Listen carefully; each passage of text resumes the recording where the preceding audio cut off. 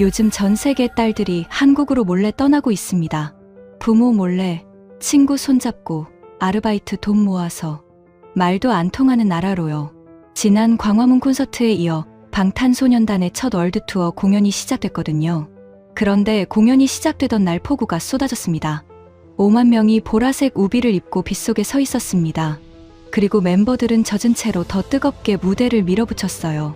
비가 공연을 삼킨 게 아니라 열기가 비를 증발시켜버린 밤이었습니다. 그 장면을 온라인으로 지켜보던 전 세계 400만 명이 말을 잃었어요.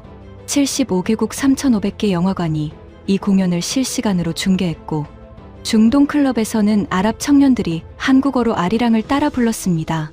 멕시코 대통령은 한국 대통령에게 공식 서한을 보냈어요. 제발 우리나라에도 공연을 배정해달라고요. 뉴욕타임스는 이번 투어를 한국 소프트파워의 웅장한 귀환이라고 했습니다. 그리고 이 투어가 끝날 때쯤이면 전 세계 수천만 명이 한국어로 아리랑을 외워서 함께 부르게 됩니다. 도대체 그날 고향에서 무슨 일이 벌어진 걸까요? 지금 시작합니다. 한국 최고라고 댓글을 남겨주세요. 여러분의 구독과 좋아요는 아주 큰 힘이 됩니다. 저는 마이클 브레넌입니다. 롤링스톤에서 20년째 음악을 쓰고 있어요. 비욘세를 썼고, 에미넘을 썼고, 테일러 스위프트 에라스 투어를 역대 최고라고 썼습니다. 그런데 제가 고향 종합운동장에 있었던 건 그것 때문이 아니었어요. 제 딸이 한국으로 사라졌기 때문이었습니다. 소피아 방 문이 열려 있었습니다. 열려 있는 게 이상했어요. 그 아이는 항상 문을 닫고 살았거든요. 중학교 때부터요. 노크를 해도 잠깐 한마디 하고 나서야 열어줬습니다. 그런데 문이 열려 있었어요. 그리고 방이 비어 있었습니다. 침대 위에 쪽지가 있었어요. 손으로 쓴 글씨. 소피아 특유의 흘림체. 아빠, 나 한국 갔어. 찾지 마. 그게 전부였습니다. 저는 쪽지를 들고 한참 서 있었어요. 방 안을 둘러봤습니다. 벽이 온통 보라색이었어요. 포스터들. 7명의 남자들이 각자 다른 표정으로 저를 보고 있었습니다. 책상 위에는 한국어 교재가 펼쳐져 있었어요. 포스트잇이 빼곡히 붙어 있었습니다.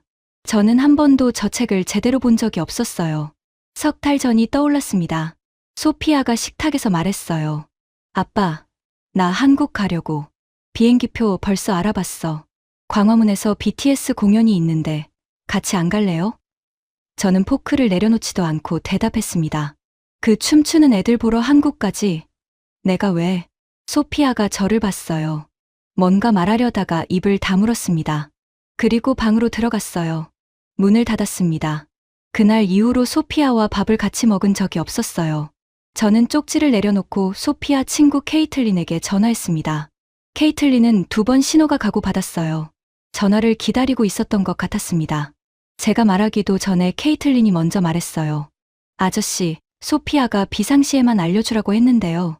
저는 대답했습니다. 비상이야. 케이틀린이 잠깐 침묵하다가 주소를 읽어줬어요. 서울, 명동. 호텔 이름까지. 서랍에서 여권을 꺼냈습니다. 먼지가 조금 쌓여 있었어요. 마지막으로 쓴 게 언제인지 기억이 잘 나지 않았습니다. 인천행 비행기를 검색했어요. 다음 날 아침 출발편이 있었습니다. 결제했어요. 비행기 안에서 14시간 동안 소피아에게 전화를 12번 했습니다. 전부 음성 사서함이었어요. 문자도 보냈습니다. 소피아야, 어디 있어? 아빠야. 소피아야, 전화 받아. 읽음 표시가 뜨지 않았어요. 기내식이 2번 나왔는데 손을 대지 않았습니다. 옆자리 승객이 이어폰을 끼고 무언가를 보며 웃고 있었어요. 저는 창밖 어둠을 봤습니다. 소피아가 한국어를 공부하기 시작한 건 3년 전이었어요. 저는 처음에 취미겠거니 했습니다. 그런데 교재가 1권, 2권 늘어났어요. 방에서 혼자 발음을 연습하는 소리가 들릴 때도 있었습니다. 저는 한 번도 어떻게 됐냐고 묻지 않았어요. 관심이 없었던 건 아니었습니다. 그냥 바빴어요. 늘 바빴습니다. 인천공항에 내린 건 새벽 5시였어요. 입국장을 나오자마자 멈췄습니다. 이상했어요. 바닥이 반짝거렸거든요. 달라스 포트워스 공항은 새벽에 가면 껌 자국의 컵이 굴러다닙니다. 여기는 아무것도 없었어요. 새벽 5시에 청소부가 있었습니다. 걸레로 이미 닦인 바닥을 또 닦고 있었어요. 화장실에 들어갔습니다. 냄새가 나지 않았어요. 속으로 생각했습니다. 공항이니까 그렇겠지. 택시 승강장을 찾았어요. 표지판이 한국어였습니다. 아래에 작게 영어가 쓰여 있었어요. 택시를 탔습니다. 기사가 무언가 한국어로 말했어요. 저는 휴대폰을 꺼내 호텔 이름을 보여줬습니다. 기사가 고개를 끄덕이고 출발했어요. 20분쯤 달렸을까요?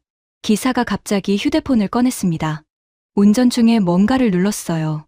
그리고 화면을 저한테 돌렸습니다. 번역 앱이었어요. 화면에 영어가 떠 있었습니다. 걱정하지 마세요. 서울은 안전합니다. 저는 화면을 봤어요. 그리고 백미러로 기사를 봤습니다. 기사가 웃고 있었어요. 새벽에 혼자 택시 탄 외국인이 눈이 충혈되고 얼굴이 엉망이었으니까요. 그게 보였나 봅니다. 저는 고개를 끄덕였어요. 고맙다는 말을 영어로 했습니다. 기사는 다시 앞을 보며 운전했어요. 창밖으로 서울이 지나갔습니다. 고속도로가 넓었어요. 가로등이 일정한 간격으로 줄지어 있었습니다. 도로 위에 쓰레기가 없었어요.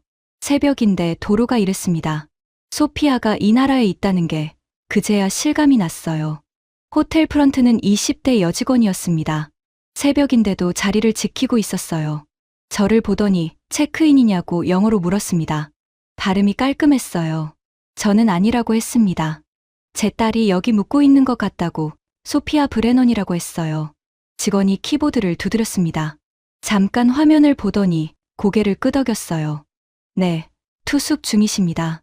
그 한마디에 어깨에서 뭔가가 빠져나가는 느낌이었습니다. 살아 있었어요. 여기 있었습니다. 그런데 지금 방에 안 계세요.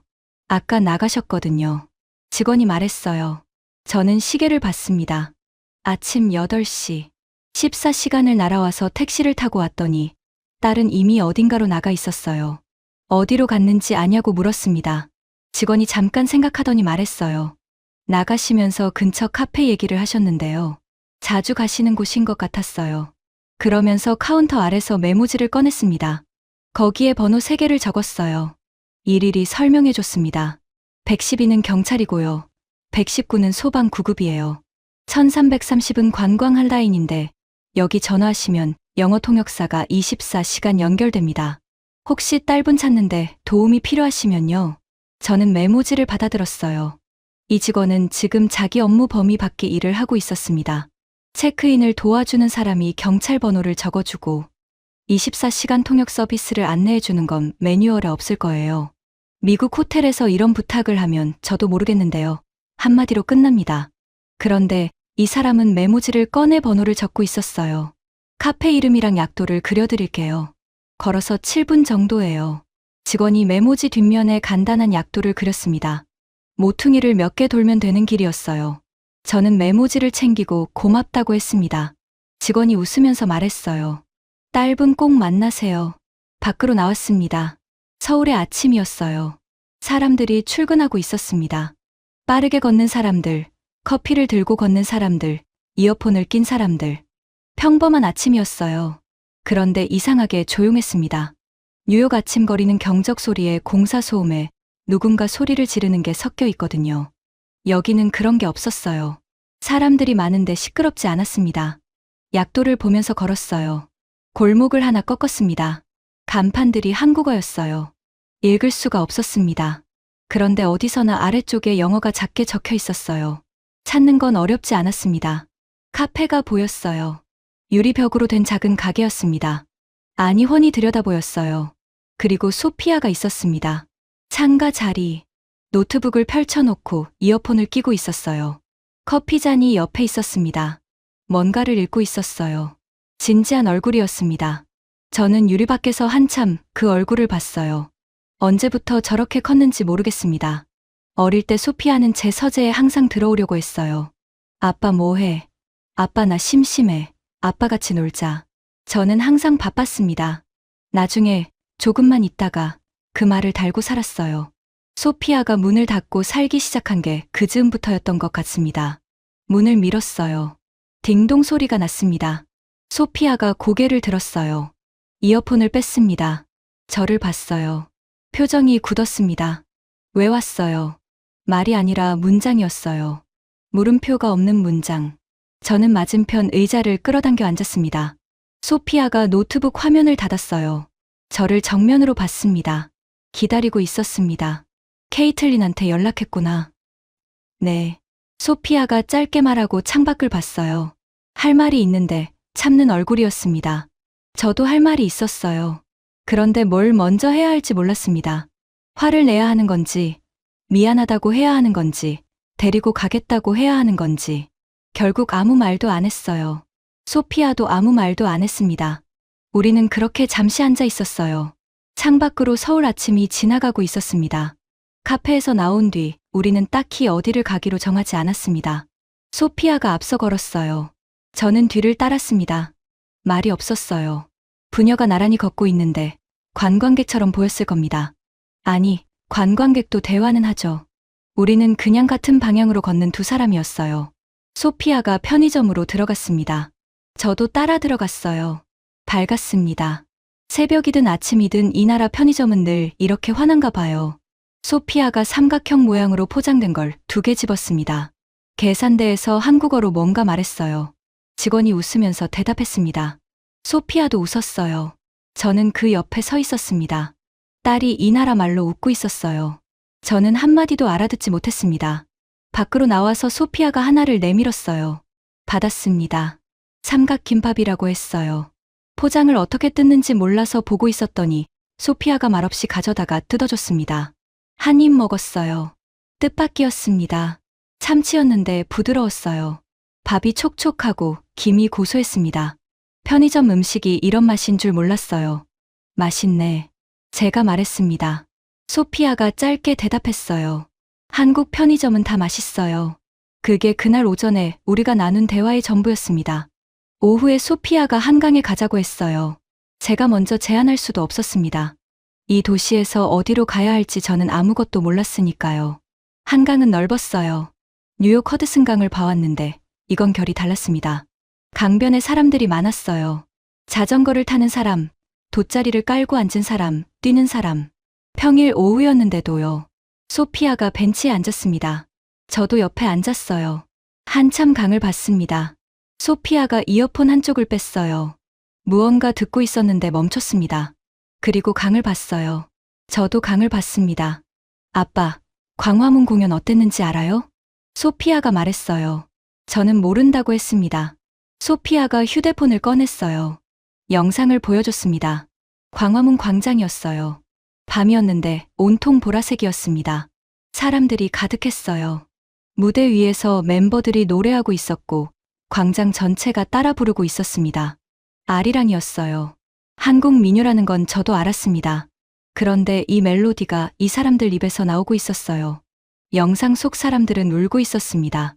나이 든 사람도, 젊은 사람도, 외국인도. 저는 거기 있었어야 했는데. 소피아가 혼잣말처럼 말했어요. 저는 아무 대답도 하지 않았습니다. 저녁이 됐을 때 소피아가 일어섰어요. 가방을 챙겼습니다. 저는 어디 가냐고 물었어요. 소피아가 대답했습니다. 공연이요. 오늘부터 고향에서 시작해요. 저도 일어섰습니다. 소피아가 멈췄어요. 저를 봤습니다. 같이 가겠다고요? 안 되냐? 소피아가 잠시 저를 봤어요. 뭔가를 재고 있는 얼굴이었습니다. 그리고 아무 말 없이 걷기 시작했어요. 저는 따라갔습니다. 지하철을 탔어요. 소피아가 교통카드를 찍어주고 앞장섰습니다. 저는 따라갔어요. 환승을 2번 했습니다. 소피아는 이 도시 지하철을 꿰고 있었어요. 지도를 보지 않았습니다. 저는 딸 뒤를 따라가는 아버지였습니다. 이상한 기분이었어요. 고향 종합운동장에 도착했을 때 비가 내리기 시작했습니다. 처음엔 가랑비였어요. 그런데 금방 굵어졌습니다. 저는 우산이 없었어요. 소피아를 봤습니다. 소피아가 가방을 열었어요. 안에서 비닐 포장된 뭔가를 꺼냈습니다. 2개였어요. 하나를 펼쳤어요. 보라색 우비였습니다. 나머지 하나를 저한테 내밀었어요. 저는 받아들었습니다. 소피아가 아빠 것까지 챙겨왔다는 걸 그때 알았어요. 언제부터 준비한 건지는 묻지 않았습니다. 우비를 입었어요. 고개를 들었습니다. 그제야 보였어요. 제가 서 있는 곳 주위로 사람들이 가득했습니다. 전부 보라색 우비를 입고 있었어요. 빗속에서 서 있었습니다. 움직이지 않았어요. 5만 명이라고 했던가요? 폭우가 쏟아지는데 아무도 가지 않았습니다. 우산을 쓴 사람, 우비를 입은 사람, 그냥 맞는 사람. 전부 같은 방향을 보고 있었어요. 공연장 입구를 향해. 저는 이 광경이 이해가 안 됐어요.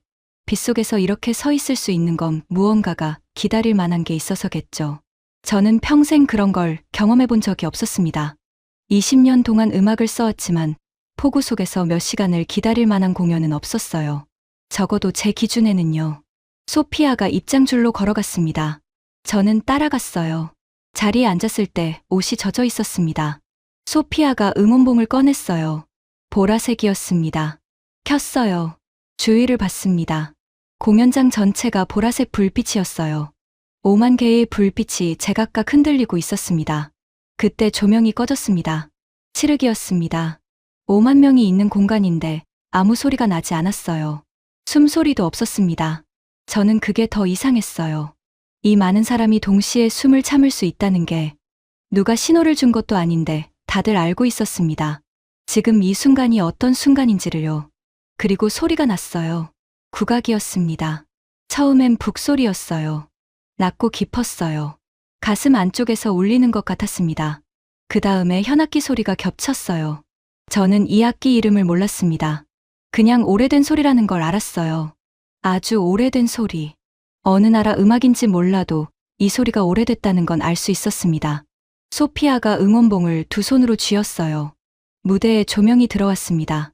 중앙에 거대한 구조물이 있었어요. 처음엔 뭔지 몰랐습니다. 눈을 가늘게 떴어요. 지붕이 있었습니다.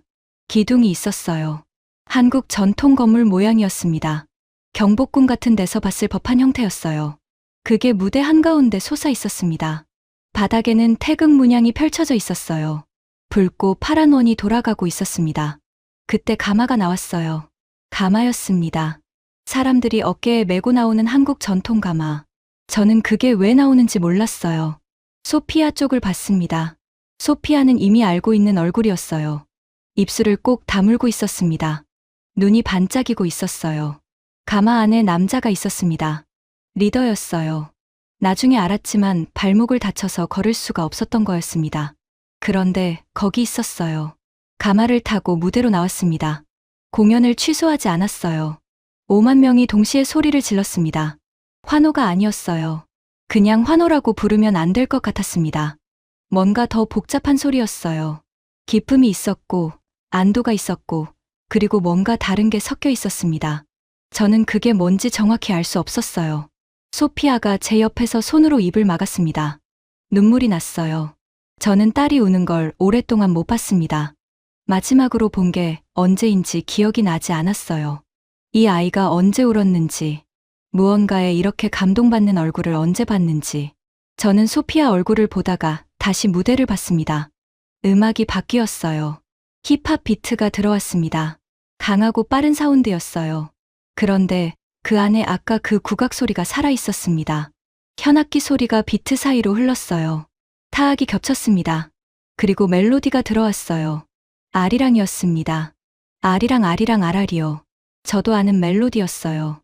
한국 민요라는 건 알았습니다. 그런데 이 사운드 위에서 나오니까 달랐어요. 오래된 것과 지금 것이 한 곳에 있었습니다. 충돌하는 게 아니었어요. 그냥 같이 있었어요. 자연스럽게. 5만 명이 따라 불렀습니다. 동시에요. 저는 이 소리를 들어본 적이 없었어요. 5만 명이 하나의 멜로디를 부르는 소리. 마이크도 없이 그냥 목소리로. 빗소리가 있었는데도 들렸습니다. 아니, 빗소리보다 컸어요. 5만 개의 목소리가 빗소리를 덮었습니다. 소피아도 부르고 있었어요. 한국어로요. 한 음도 틀리지 않고 있었습니다. 저는 딸이 이 노래를 알고 있다는 걸 그날 처음 알았어요. 딸이 이 멜로디를 외우고 있다는 걸. 딸이 이 언어로 노래할 수 있다는 걸. 저는 아무것도 몰랐습니다. 무대를 봤어요. 멤버들이 움직이고 있었습니다. 가마에서 내린 리더는 한쪽에서 마이크를 잡고 랩을 했어요. 걷지 못해도 거기 있었습니다. 나머지 멤버들이 그 주위를 채웠어요. 바닥에 태극이 빛났습니다. 위에서 한지 영상이 흘렀어요. 수묵화 같은 이미지들이 무대를 덮었다가 사라졌습니다. 저는 아무것도 쓰지 않았어요. 메모할 생각도 없었습니다. 처음부터 취재가 아니었으니까요. 그런데 그것과는 별개로 그냥 보게 됐습니다. 멈추고 보게 됐어요. 20년 동안 공연을 보면서 항상 머릿속으로 문장을 조립했는데 지금은 그게 없었습니다. 그냥 서 있었어요. 보라색 우비를 입고 젖은 채로 5만 명 중 하나로 아리랑 소리가 공연장을 가득 채웠습니다. 공연이 중반으로 넘어갔을 때였습니다. 앞쪽 구역에서 움직임이 생겼어요. 팬들이 흥분해서 앞으로 밀리기 시작했습니다. 조금씩, 조금씩. 저는 그걸 보면서 이게 커지면 어떻게 되나 생각했어요. 5만 명이 한 방향으로 밀리면 어떻게 되는지 저는 알고 있었습니다. 콘서트장 사고가 어떻게 나는지도요. 그때 무대 위에서 멤버 한 명이 앞으로 나왔습니다. 마이크를 들었어요. 음악이 잠깐 작아졌습니다. 그리고 한국어로 말했어요. 짧은 문장이었습니다. 크지 않은 목소리였어요. 그런데 또렷했습니다. 5만 명이 멈췄어요. 동시에요. 밀리던 사람들이 멈췄습니다. 앞으로 향하던 몸들이 제자리로 돌아왔어요. 소란이 사라졌습니다. 30초도 안 걸렸어요. 경비원이 달려간 것도 아니었고 방송이 나온 것도 아니었습니다. 무대 위 한 사람의 말 한마디였어요. 저는 소피아를 봤습니다. 저 말이 무슨 뜻이야? 소피아가 무대에서 눈을 떼지 않은 채 대답했어요. 안전이 있어.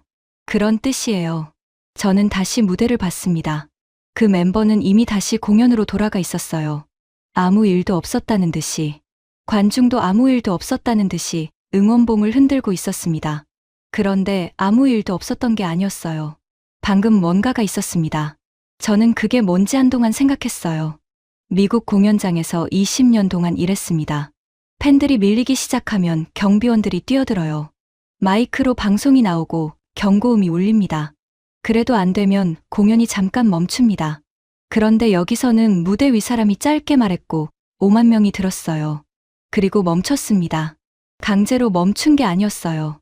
그냥 멈췄습니다. 이게 어떻게 가능한 건지 저는 설명할 수가 없었어요. 공연장 밖이 생각났습니다. 들어오기 전에 봤어요. 티켓을 구하지 못한 사람들이 공연장 밖에 서 있었습니다. 수백 명이었어요. 빗속에서 그냥 서 있었습니다. 공연장 담벼락에 기대거나 바닥에 앉아서 소리를 듣고 있었어요. 울고 있는 사람도 있었습니다. 경비원이 나가라고 하지 않았어요. 그 사람들도 가지 않았습니다. 그냥 거기 있었어요. 빗속에서 소리만 들으면서 저는 그 사람들이 이해가 안 됐어요. 공연장 안에도 못 들어가는데 왜 거기 서 있나. 그런데 지금은 조금 알 것 같았습니다. 아주 조금이요. 무대에서 거대한 천이 내려왔어요. 하늘을 가르는 천이었습니다. 키고 컸어요. 바람에 부풀어 올랐다가 내려앉았습니다. 소피아가 제 팔을 잡았어요. 무의식적으로 한 행동인 것 같았습니다. 저도 아무 말 하지 않았어요. 천이 무대 위로 퍼지면서 아래의 멤버들을 감쌌다가 열렸습니다. 그 안에서 음악이 흘렀어요. 느린 곡이었습니다. 소피아가 조용히 따라 불렀어요. 한국어였습니다. 작은 소리였어요. 제 귀에만 들리는 크기였습니다. 저는 그 소리를 들었어요. 이 아이가 이 언어로 이 노래를 알고 있었습니다. 3년 동안 방에서 혼자 공부해서 알게 된 언어로.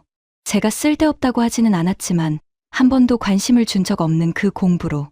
어느 순간부터 소피아가 문을 닫고 살기 시작했는지 저는 정확히 기억하지 못합니다. 언제부터 저한테 말을 안 하게 됐는지도요. 그냥 어느 날 보니까 그렇게 돼 있었어요. 바빴으니까, 저는 늘 바빴으니까 하고 생각했습니다. 그런데 지금 이 아이 옆에 서 있으니까요. 바빴다는 말이 얼마나 편한 말인지 알 것 같았어요. 무대 위에서 멤버들이 원을 그리며 돌았습니다. 강강술래 같았어요. 나중에 소피아에게 물었더니 맞다고 했습니다. 한국 전통춤에서 가져온 거라고요.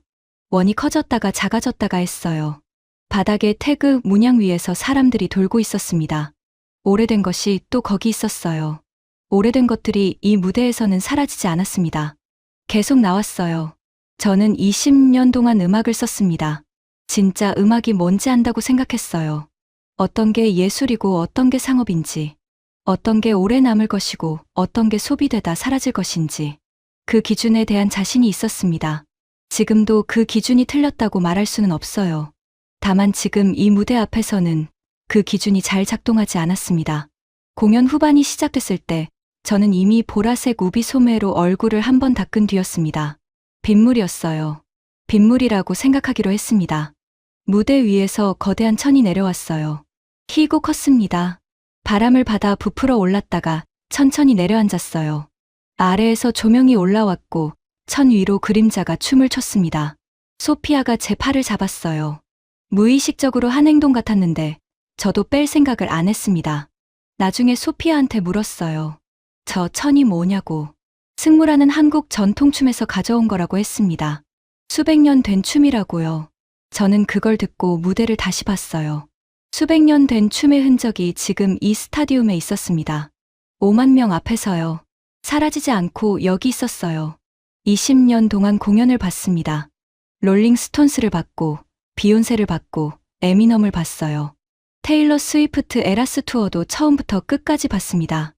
그 투어가 역대 최고라고 썼어요. 틀린 말은 아니었습니다. 규모로는요. 그런데 저 투어들에서 수백 년 된 전통이 무대 위에 살아서 춤을 춘 적은 없었어요. 그 나라의 가장 오래된 것이 가장 현재적인 것과 한 무대에 있었던 적은요. 멤버들이 원을 그리며 돌기 시작했습니다. 강강술래였어요. 소피아가 제 귀에 작게 말해줬습니다. 한국의 전통춤이라고요. 보름달 아래서 여자들이 손을 잡고 원을 그리며 돌던 춤. 그게 지금 이 무대 위에 있었어요. 바닥에 태극 문양 위에서 멤버들이 돌고 있었고 5만 명의 응원봉이 그 원을 따라 흔들렸습니다. 저는 그 장면을 보다가 생각했어요. 미국에서 20년을 살았습니다. 미국 음악이 세계를 지배한다고 생각했어요. 영어로 된 팝이 전부라고요. 그게 틀렸다는 게 아니었습니다. 다만 세상에 이런 무대도 있었다는 걸 저는 몰랐어요. 수백 년 된 것들이 사라지지 않고 여기 이렇게 있었다는 것을요. 그때 음악이 바뀌었습니다. 느리고 깊은 곡이었어요. 멤버들이 무대 가장자리로 나왔습니다. 관중을 향해 섰어요. 그리고 노래했습니다. 소피아가 따라 불렀어요. 작은 소리로요. 제 귀에만 들리는 크기였습니다. 무슨 노래야. 소우주라고요. 우주 안에 별이 있듯이 사람 안에도 빛이 있다는 뜻이래요. 저는 소피아를 봤습니다. 딸이 이 노래 가사를 알고 있었어요. 뜻을 알고 있었습니다. 3년 동안 혼자 공부해서요. 제가 쓸데없다고 하지는 않았지만 한 번도 괜찮냐고 묻지 않았던 그 공부로 공연장 전체가 응원봉을 천천히 흔들고 있었어요. 5만 개의 보라색 불빛이 같은 속도로 움직이고 있었습니다. 누가 신호를 준 것도 아니었어요. 그냥 다들 알고 있었습니다. 이 순간에는 이렇게 해야 한다는 걸요. 그 5만 개의 불빛 아래서 무대 위 멤버들이 노래했어요.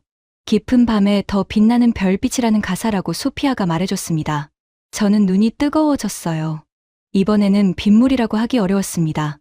20년 동안 음악을 쓰면서 공연장에서 운 적이 없었어요. 프로니까요. 감동받아도 분석했습니다.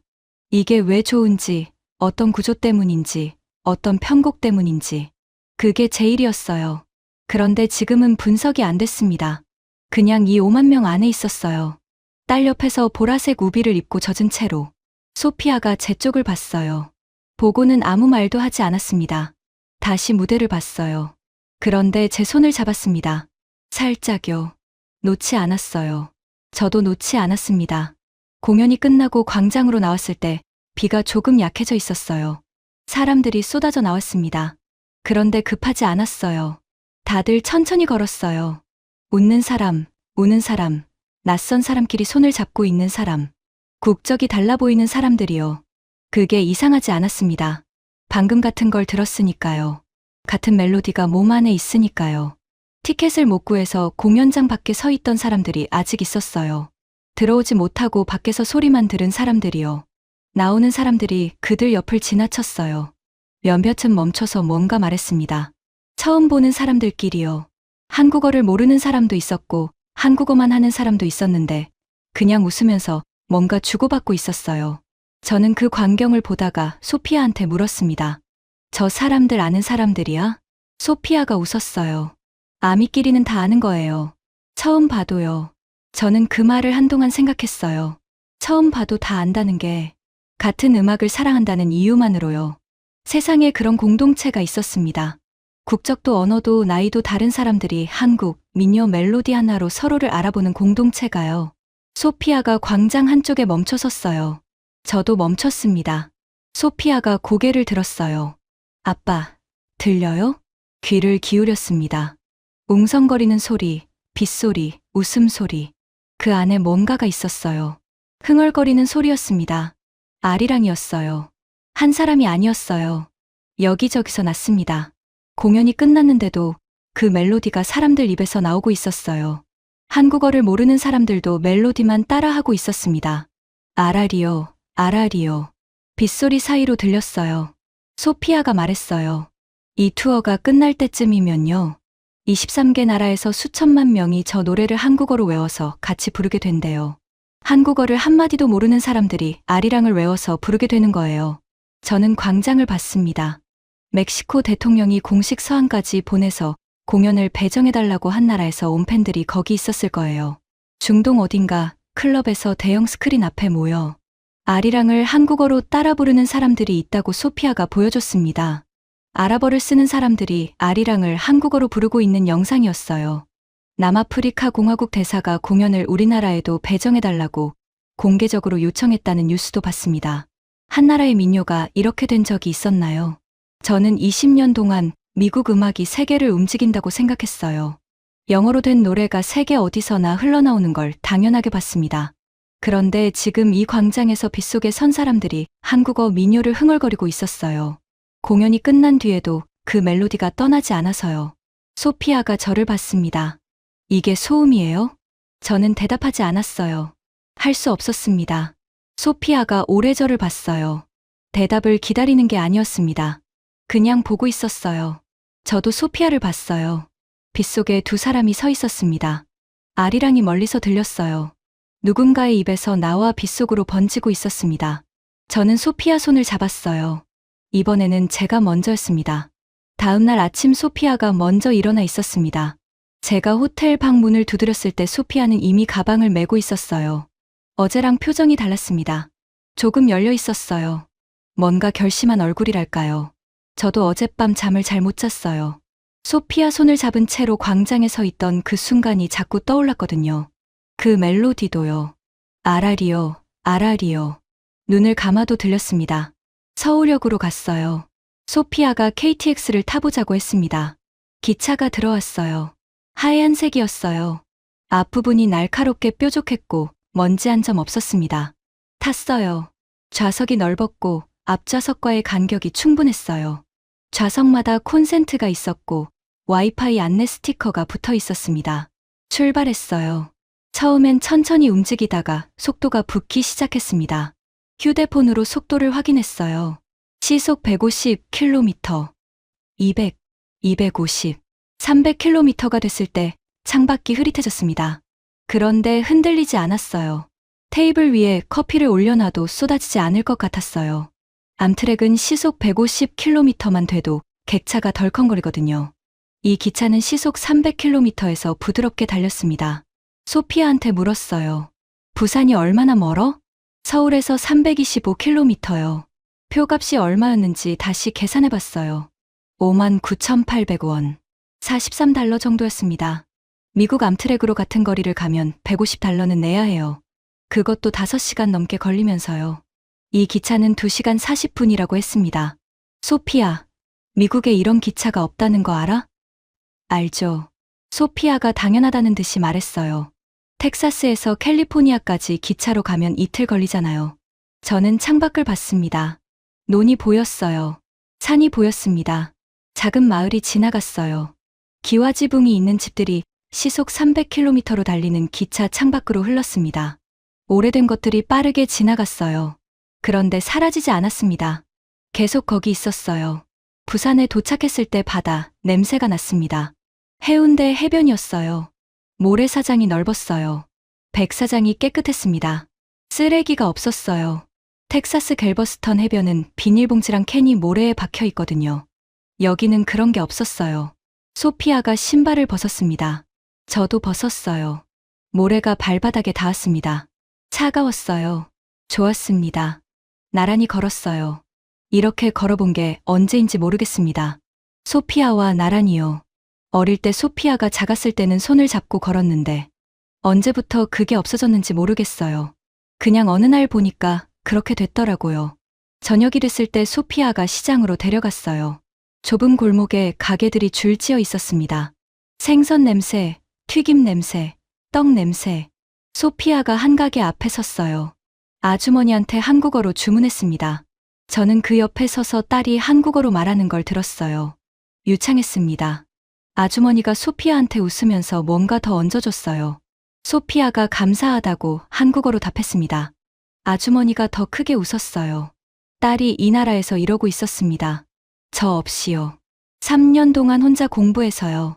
회가 크게 나왔어요. 반찬이 딸려 나왔습니다. 김치, 무채, 콩나물, 미역. 전부 무료였어요. 이것도 공짜야. 물었더니 소피아가 웃었습니다. 한국은 반찬이 원래 공짜예요. 리필도 되고요. 계산했어요. 28,000원이었습니다. 둘이 배부르게 먹고 $20 남짓이었어요. 텍사스에서 스테이크 하나가 $45인데 반찬은 따로 계산되거든요. 빵 하나 $2, 샐러드 추가 $4, 소스 추가 $1. 여기서는 5가지 반찬이 그냥 나왔어요. 당연하다는 듯이. 밤에 해변으로 다시 나갔어요. 밤 10시였는데 사람들이 산책하고 있었습니다. 젊은 커플, 가족, 아이들이 뛰어다녔어요. 무서운 느낌이 없었습니다. 텍사스에서 밤 10시에 해변을 걸으면 어떻게 되는지 저는 알고 있어요. 갤버스턴은 해가 지면 뉴스에 나오는 동네입니다. 그런데 여기 아이들이 밤에 모래사장을 뛰어다니고 있었어요. 부모들이 돗자리 깔고 앉아서 아이들 보면서 웃고 있었습니다. 안전하네. 제가 말했어요. 소피아가 당연하다는 듯이 답했습니다. 한국은 원래 안전해요. 광안대교가 보였어요. 불빛이 바다에 비치고 있었습니다. 파란색, 보라색, 분홍색이 번갈아 가며 다리를 물들였어요. 저는 그걸 보다가 말했습니다. 아름답네. 소피아가 저를 봤어요. 놀란 얼굴이었습니다. 제가 그런 말을 한다는 게 낯선 모양이었어요. 저도 낯설었습니다. 20년 동안 아름답다는 말을 잘 안 썼어요. 더 정확한 단어가 있을 거라고 항상 생각했거든요. 그런데 지금은 그 말 말고 다른 게 생각나지 않았어요. 벤치에 앉았습니다. 파도 소리가 들렸어요. 소피아, 저한테 물어봤어요. BTS가 너한테 뭔데? 3년 동안 한 번도 하지 않은 질문이었습니다. 하려고 했던 것도 아니에요. 그냥 나왔어요. 소피아가 바다를 보면서 잠시 있었습니다. 그리고 말했어요. 대학교 1학년 때 혼자였어요. 저는 소피아를 봤습니다. 고등학교 친구들이랑 다 헤어지고 새로 시작한 곳에서 아무도 몰랐어요. 룸메이트도 안 맞았고 학교가 너무 커서 저 혼자 작아지는 느낌이었어요.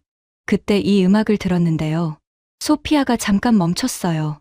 혼자가 아닌 것 같았어요. 이상하게요.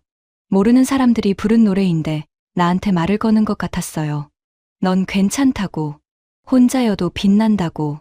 저는 아무 말도 못했습니다. 소피아가 대학 1학년이던 해를 생각했어요. 그 해 저는 뭘 했는지 잘 기억이 나지 않았습니다. 바빴겠죠. 마감이 있었겠죠. 소피아가 혼자였다는 걸 저는 몰랐어요. 한 번도 물어본 적이 없었으니까요. 아이가 힘든지 안 힘든지, 어떻게 지내는지, 그냥 잘 있겠거니 했습니다. 늘 그랬어요. 소피아가 계속 말했어요. 그래서 이 사람들이 어떤 나라에서 왔는지 궁금해진 거예요. 어떤 나라에서 이런 음악이 나오는지. 그래서 한국어 공부를 시작했고, 그래서 여기 온 거예요. 저는 바다를 봤습니다. 그리고 소피아한테 말했어요. 미안하다. 소피아가 저를 봤어요. 놀란 얼굴이었습니다. 혼자인 거 몰랐어. 한 번도 물어보질 않았으니까. 그리고 저번에 광화문도 같이 갔어야 했는데. 소피아가 바다를 봤습니다. 한참 봤어요. 그리고 작게 말했어요. 이번에 왔잖아요. 파도가 왔다가 갔습니다.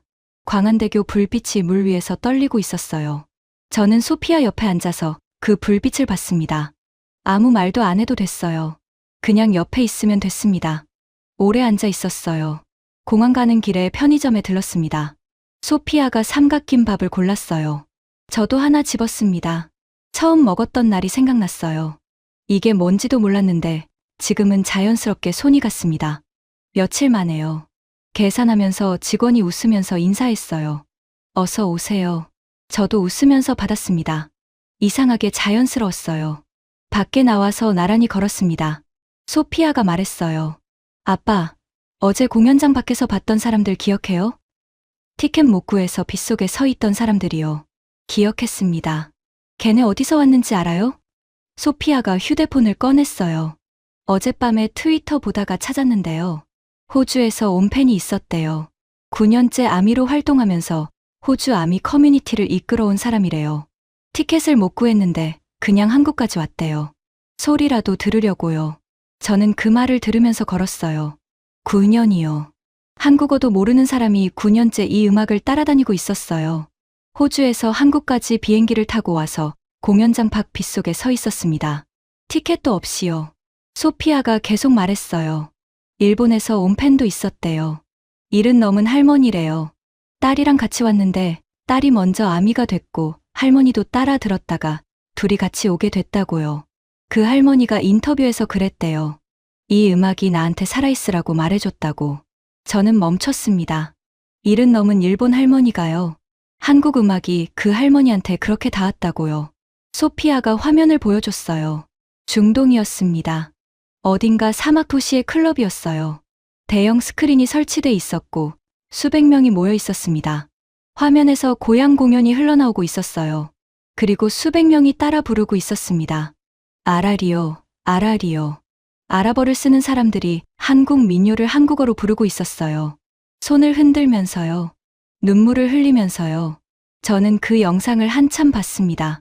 아랍 사막 도시의 클럽에서 한국 민요가 울리고 있었어요. 그게 지금 일어나고 있는 일이었습니다. 공항으로 가는 택시 안에서 소피아가 또 찾아줬어요. 이번엔 뉴스였습니다. 멕시코 대통령이 한국 대통령에게 공식 서한을 보냈다는 기사였어요. 내용은 한 가지였습니다. BTS 공연을 멕시코에 배정해달라고요. 국가 정상이 아이돌 공연 배정을 외교 서한으로 요청한 거였어요. 멕시코 대통령이 공연 국어를요? 소피아가 웃었습니다. 남아공 대사도 똑같이 공개 요청했대요. 저는 그 기사를 다시 읽었어요. 멕시코, 남아프리카 공화국. 각자의 이유로 공식 채널을 통해 요청했습니다. 한국 가수의 공연을 자기 나라에도 와달라고요. 이게 지금 벌어지고 있는 일이었어요. 런던 토트넘 호스퍼 스타디움이 생각났습니다. 영국 프리미어리그 구단 경기장이에요. 수만 명이 들어가는 곳이죠. 그 경기장에서 단일 공연 기준 역대 최고 객석 점유율을 이번 투어가 달성했다고 했습니다. 축구 경기도 아니고 공연으로요. 한국 가수 공연으로요. 저는 20년 동안 음악을 썼습니다.